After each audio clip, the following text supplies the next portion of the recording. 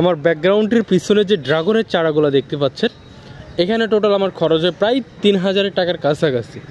3000 টাকা খরচ করেই আমি এইখান থেকে ফল পাই 5টা থেকে একটা প্রথম ফলটা আমাদের এক আরবি ভাইকে খাওয়াই, এবং দ্বিতীয় ফলটাকে আমি খোঁজ পাই না, দ্বিতীয় ফলটা অন্য কেউ খেয়ে নেয়, এবং তৃতীয় ফলটা অন্য কেউ খেয়ে নেয়, এবং লাস্ট এখন 4র্থ নম্বর ফলটা আমি খাচ্ছি, এবং 5ম নম্বর ফলটা এখনও পাকে নাই।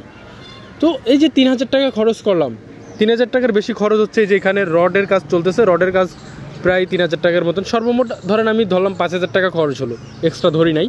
5000 টাকা খরচে আমি 5টা ফল পাইছি, প্রতিটা ফলের দাম 1000 টাকা করে। তবে এটা আমার কাছে কম মনে হচ্ছে। তবে যারা নতুন ছাদ বাগানি, যারা একটু শখ পূরণের জন্য ছাদ বাগান করে, তাদের কাছে এটা কোটি টাকার উপরে। তাদের নিজের গাছ থেকে 2টা-5টা ফল খাওয়া মানে সে তার 5000-10,000 টাকায় উঠে গেছে, ঠিক আছে।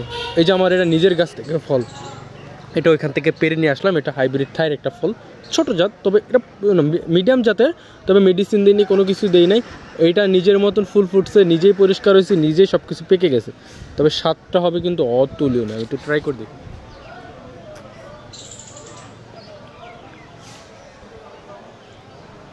মারহাবা, মাশাআল্লাহ, সুবহানাল্লাহ, সুবহানাল্লাহ।